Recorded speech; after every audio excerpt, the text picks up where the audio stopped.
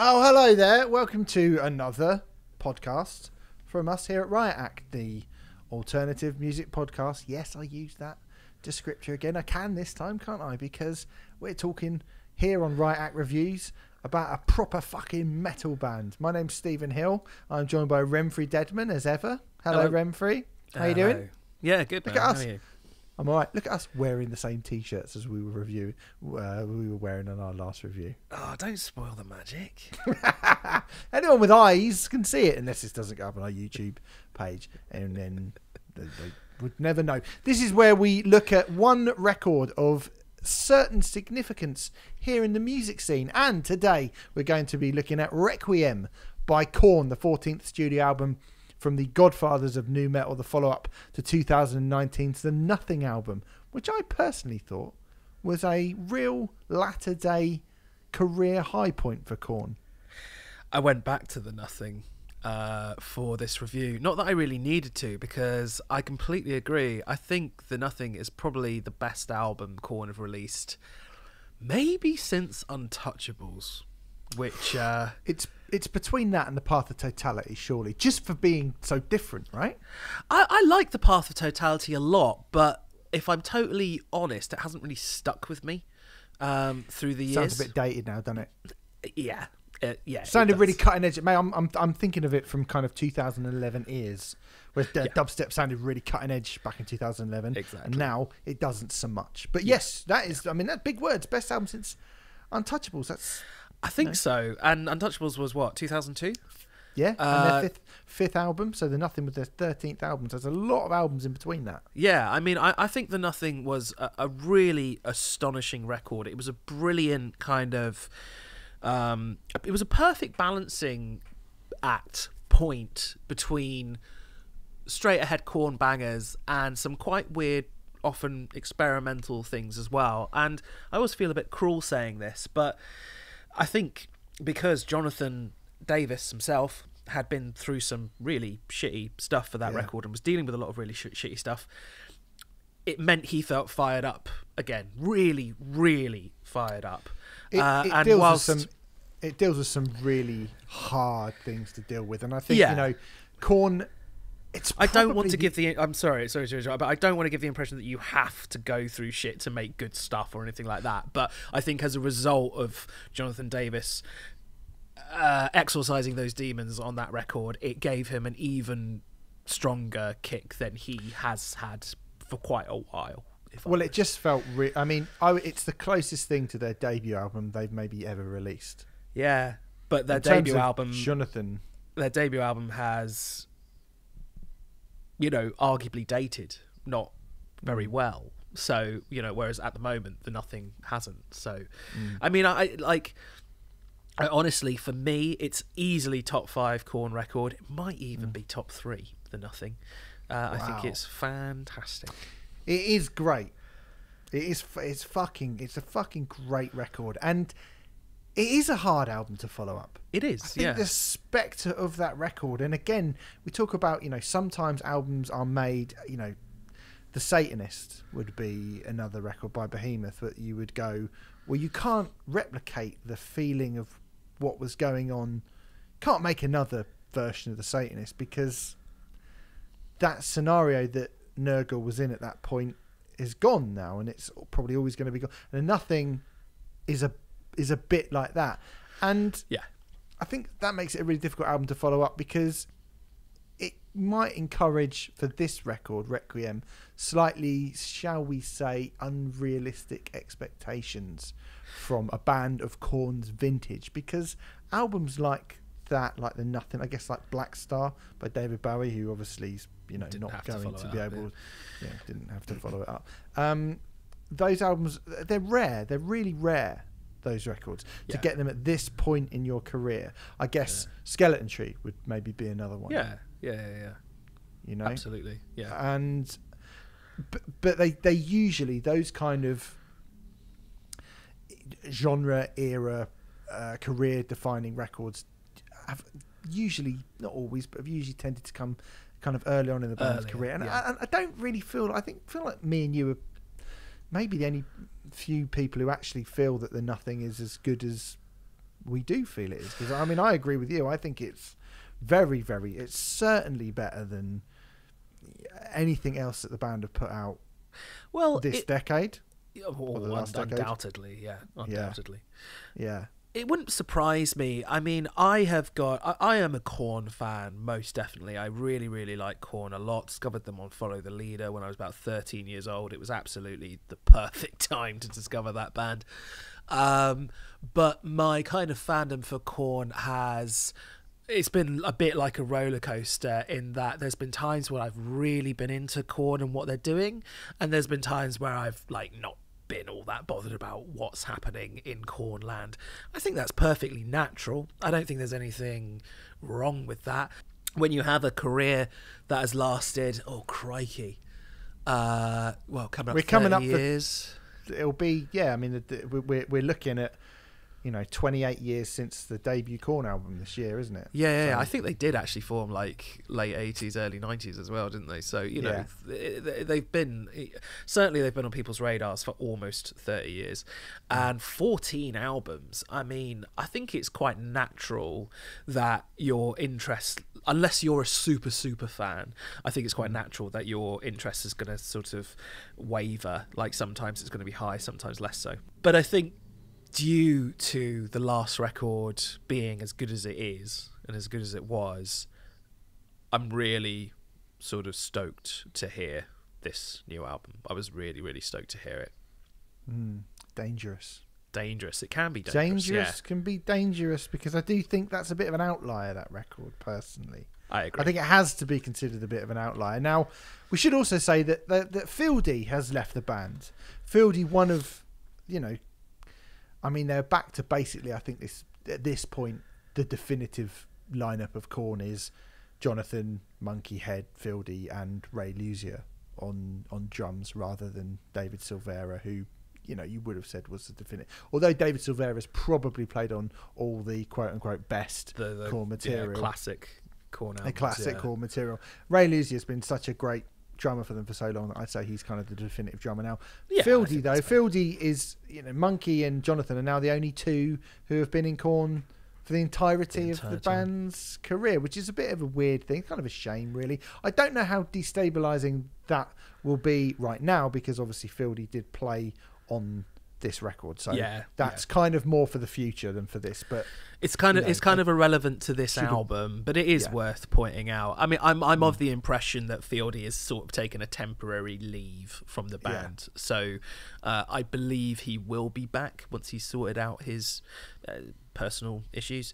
But it's probably, I guess it is worth noting, just because he has been, the part of the very quintessential Korn sound since the beginning. But like you say, he's played on this record, so it's still there. You can still hear his clicky bass. Donk, doink, doink, doink, doink, doink, doink. All that. So anyway, let's get into the record then, shall we? The opening song, Forgotten, which was the second single, makes a lot of sense for that to be a second single. It kicks this record off in a big, angry, party rocker way, in the vein of what I would sort of broadly consider to be quintessential early noughties Korn. It's a strong, solid start.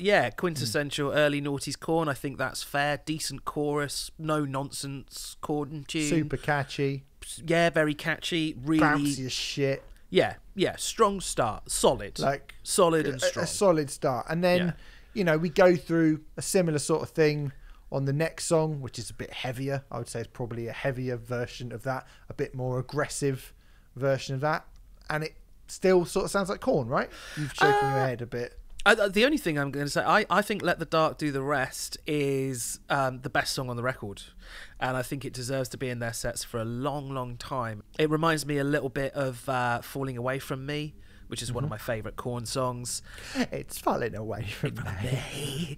I'm slightly baffled they didn't pick it as a single, or haven't yet. You all want a single? Yes, I'd like it to be this one, please. Not that it matters, but I don't know. This song really stood out to me. I really love this song, and I'm grateful this album exists for this song alone. If I'm totally honest, I think it's great. It's a very good song. Yeah, it's a much heavier. It's much heavier than what it's a heavier sandwich between the two singles that they did release. Yeah, I think Start the Healing, again, I can see why that would be a single. It's probably my least favourite of the three, of the opening three tracks on the record, personally. But again, it's dead catchy. And I'm just sort of sitting, and I just sort of found myself going, Korn are good at being Korn, aren't they? Well, obviously, yeah. I mean, thank you, Captain like Cold Obvious. Chamber aren't very good at being Korn. They They do gave try. it a go, didn't they? I think Start the Healing, another strong, solid Korn song.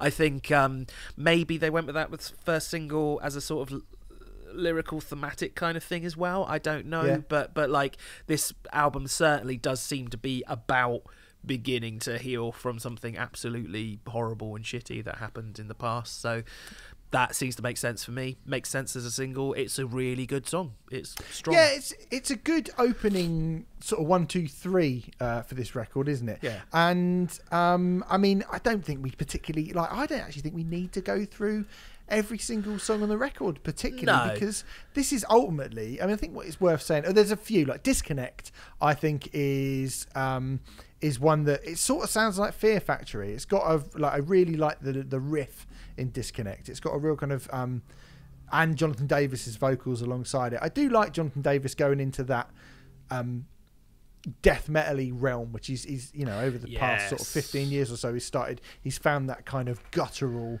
death metal voice, and he's sort of bringing that to the fore a little bit in this record, as he has done for. I mean, again, it's not anything particularly new, but on Hopeless and Beaten, probably I'd say it's maybe the most dynamic sounding song on the record, because it goes from very quiet, sort of like is it mine? To like all that. That's basically my impression of Korn's entire career. I forgot that we were going to get a Jonathan Davis impression with this review, and I'm so ecstatic that has happened. It'll probably not surprise you to learn that Hopeless and Beaten is definitely a song that I wanted to signpost, and another one of my favourites on the record, because it feels like one of the stranger tracks. It starts quite slow and sort of slithers along in a weird way, and I love those awesome death metal growls that Jonathan Davis has adopted in latter Korn stuff. I think it's great.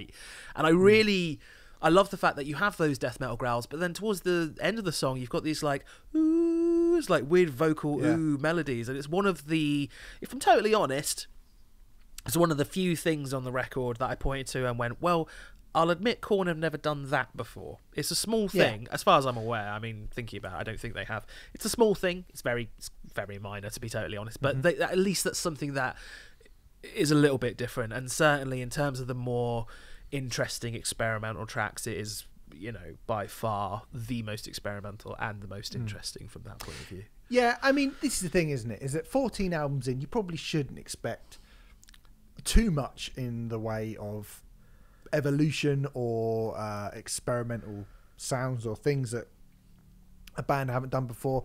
And to be fair to Korn, they have done that in the past with quite alarming regularity. I mean, I think the Nothing doesn't really sound like any album that they've done prior to it, really. Like, it's got those Kornisms to it, but it's still a very weird sounding record when you plonk it in amongst like the sort of the second self-titled Korn album, or the Paradigm Shift or something like those albums. Feel very kind of almost sort of a typical Korn album, whereas I don't think the Nothing is.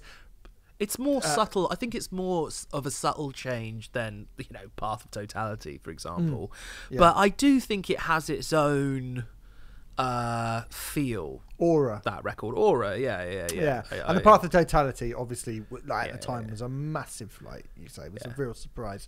So fair play to them for doing that. And over the years, they have just gone, oh well, we can just be good at doing this thing that we do, and they have been good in sometimes and better and not so good in others, and like it's been a bit of an up and down, as it is with most bands who get to this point in their career, who have never split up and who continue to make records all the time.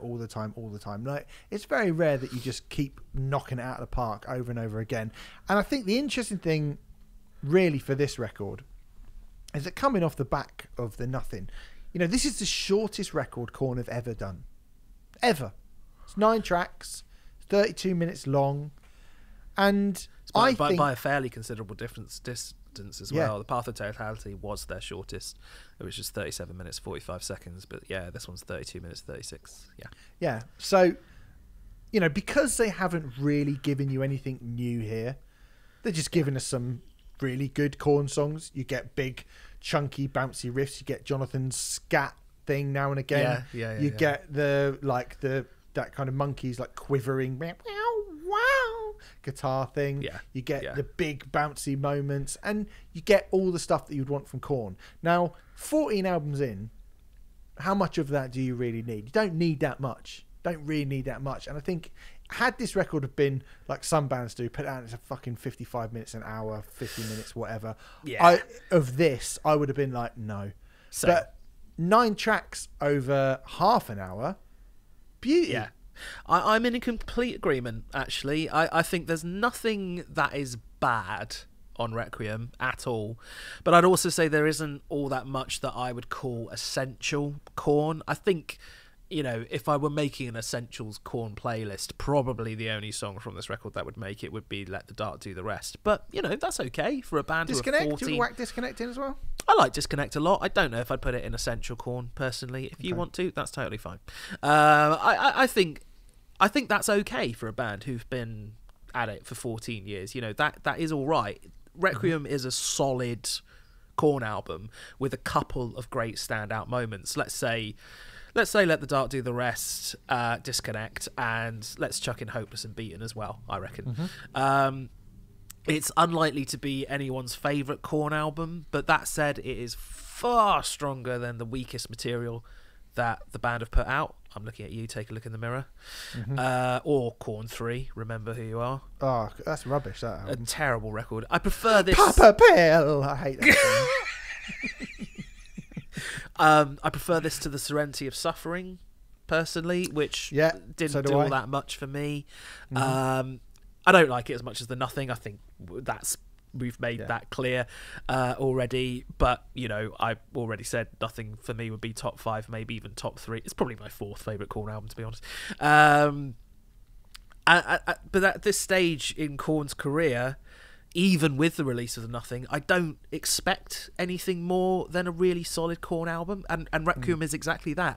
And I think that was a great point that you made, that a lot of bands would have done this but over 50 minutes or 55 minutes, and that would have been so much more disappointing if they had done that. But the fact that Requiem is bish bosh bang, comes in, goes out, like, it's more Korn. And if that's all you require, great. Requiem is gonna fulfill that. I don't know if it's a Korn album that I will go back to much, but that's more down to the fact that they have loads of other great quality material. But it is a solid record, and if you like Korn, you should definitely listen to it. If you don't like Korn, it absolutely won't convince you otherwise, but I don't think they're trying to either. So I mean, look, it's slight, but it does all the stuff that Korn do well. Yeah. And all the things they're known for doing well, to a high-ish, for the most part, standard. Yeah. And it's good. It's it's good. You couldn't really ask for more. And as the last record proved, like, even if you did ask for some more, sometimes you do get more anyway, but you really shouldn't be asking for more. I think, this stage, this is the thing. You shouldn't really be asking for anything more than this. Yeah. And then that's why, I remember getting a Nothing and being like, it's a new Korn album, like, whatever.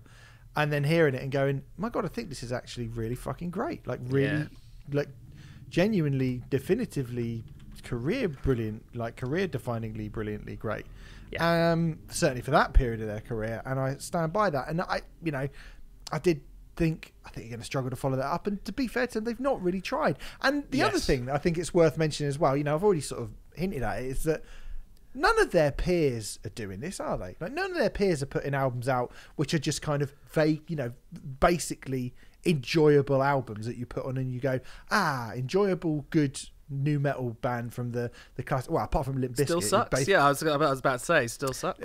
Limp Bizkit did that last year, but I mean, it did take them fucking a decade to put that out. Yeah, whereas Korn have been releasing stuff consistently. There's also a couple of things on Limp Bizkit Still Sucks, which is worse than anything on this record, I would say as well. Yes, I would definitely agree with that. Like I said, I don't think there's anything that is bad on this album. I think there are things which are like good rather than amazing. Is there anything that you don't like on this album? No, nothing. No, nothing I don't like. Yeah. No, everything on it is between a 6 out of 10 and well, not even a 6, maybe like a 7 out of 10 and an 8 out of 10 Korn song. Yeah. With maybe like one or two pushing a 9. Yeah. Pushing a 9. No, not quite getting there. Not quite, but yeah, I agree with that. Totally. And overall, I think, like, if you're a fan of Korn, you should be, it's you get in, you listen to it, it's really good, it's very instantaneous, it makes you and it ends and you kind of go,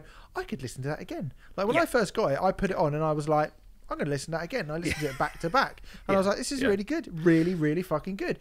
And again, none of their peers have stuck around for. It's weird to think that like Biscuit, Split, obviously Linkin Park had gone.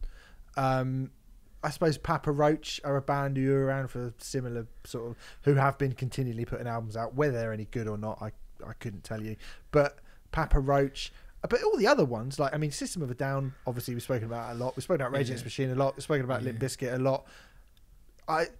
Slipknot don't put out albums with this amount of regularity. And I would say they put out 2 pretty bum ones back to back, didn't they? Yeah, I rep for 5, The Grey Chapter. I think it's much better than a lot of people give it credit for, but I do appreciate that is how most people feel about it. Yeah, I mean, I think there's some all right stuff on 0.5, The Grey Chapter. And I think it shits all over All Hope Is Gone. Let's put it like that. All Hope Is Gone so is much better than All Hope Is Gone. A pile of shit. Like, I cannot understand how dare you try and defend All Hope Is Gone and tell me, like, people are still not the best band ever. Are they what? The band that released All Hope Is Gone? That's their 4th album. You're slagging off U2 for their fucking 13th album not being very good. Anyway, I'm not going to get All Hope Is Gone. All Hope Is Gone or Issues. Yeah, exactly. Yeah. I would take Issues. I quite like Issues. So I like Issues is wicked. Yeah. I thought that was a joke. I thought that was like, obviously. But a lot of people really don't like Issues, do they? A lot of people really. I mean, it's got a bit of filler on it, but when it's good, there's some fucking great shit on it. Let's get this party started. Oh, it's fucking great. Yeah. What are you laughing at? Well, what the fuck do you think I'm laughing at? You doing the stuff? I've never seen sort of like, what is? That's me dancing. Okay. Come on. It's quite good. It was. What, my dancing? Quite good. I mean, I do it.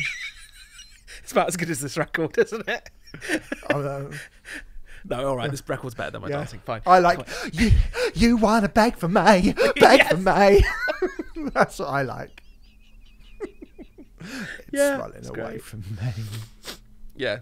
I like the experimentate. We shouldn't be talking about Issues. Oh yeah, we're just reviewing a record that's 22 years old, ladies and gents. But yeah, I love the experimental shit on that record, like For You and stuff like that. It's great. Yeah. Anyway, yeah. Beg for me. Shall we wrap this up? I feel like we've done it. Feel like we've covered it. It's another solid Korn record. Album. We'll do it on classic album. Yeah, look, we're just we're just going, aren't Korn good? Well, I think that's the thing about records like this. It does remind you. The good thing about an album like this coming out and it just being like, it's all right, is you then go, this is all right, isn't it? And they've been around for ages and this is pretty good. And then you go, because I sort of think, how often do I listen to Korn? Not very much, but I listened to this and I was like, this is good. And then I went back to going, well, if this is good, then fuck me, Untouchables must sound really good. And then you put Untouchables on and you go, it is really good. I've forgotten how good. And that's the good thing about albums like this coming out, I think. You know that is absolutely true. I have due to this record, I have revisited Untouchables, I've revisited The Nothing, and I also whacked on Live and Rare as well. Going through a few rarities because I just felt like something live. And it has made me like. I don't think this record is astonishing or anything like that, but it has made me go, man, I really like Korn, and I forget sometimes how much I like Korn, and it did remind me of that. Whilst I wouldn't call it a spectacular record by any stretch of the imagination, it's good enough to remind you what a really good band Korn are. Yeah, it's good. Sick up the same old boing, so I dig a hole, psych boing. As Jonathan Davis says in Chi on Life is Peachy, which is another good one. It is a good one, yeah. Oh dear. Look, we fucking Korn are wicked, man. Korn are wicked, and I've been into them since when they had one album out. So Here he is. Trump I'm and old. you, aren't I? I'm old. Blah. Fuck off! You sound like 5 years younger than you. Yeah, that's not a lot, is it? Not at this point in our lives, Remfry. Trust me. Bet my fucking liver looks younger than yours. You drunk get. You're probably right. Yeah. Shall we wrap it up? Yeah, let's. Anyway, Requiem by Korn is coming out. I don't know when this podcast is going out, but it's coming out. It's coming out on the 4th of February. 4th of February. So if you're listening to this podcast, it's coming out in the next few days. If you're listening to this podcast the day it comes out, essentially. So thanks very much. Hope you enjoyed that. I hope you enjoyed all of the banter as well. We'll be back next time. We're going to be talking about Rolo Tomasi, Black Country New Road, then a week after that, Cult of Luna, hopefully the Eddie Vedder record. There's a few things. Yeah, there's a few things. There's a few. It's very starting to pick up, isn't it? So that's it good. is, yeah. Oh, yeah. Off we go to the races. Anyway, I don't know what that means. I'll see you later. Listen, thank you for listening. And, I'll tell you what you could do if you want. You can leave a review on iTunes, as long as it's a 5-star review. I mean, if it isn't, then fuck off with it. I don't want it. But leave a little 5-star review on iTunes or Spotify. Spotify now, you can review podcasts on Spotify. We haven't actually given a plug for that, so probably saving it for the end of the Korn review when everyone's like, "We've gone, mate. We're long gone." But if you do want to review us on Spotify, again, you have to give us 5 because you get this fucking shit for free. And you're an ungrateful prick, basically, if you give it anything less than that. If you give it 1, you're an absolute cunt. Who wouldn't give such class Jonathan Davis impressions 5 out of 5? I think even Jonathan himself would probably give it. He might give it 3. He might be a bit offended. I don't know. You shouldn't be offended, Jonathan. We're doing it out of love. Yeah. Very much. I don't think he gives a offend. I don't think he gives. I was going to get into this now. I shouldn't get into this, but I did my impression of Jonathan Davis in front of Head from Korn, and he enjoyed it. Yeah. Good. All right. Anyway, see you later, everyone. Go on, off your fuck then. See you later. Bye. Go listen to the new Korn album. See you soon.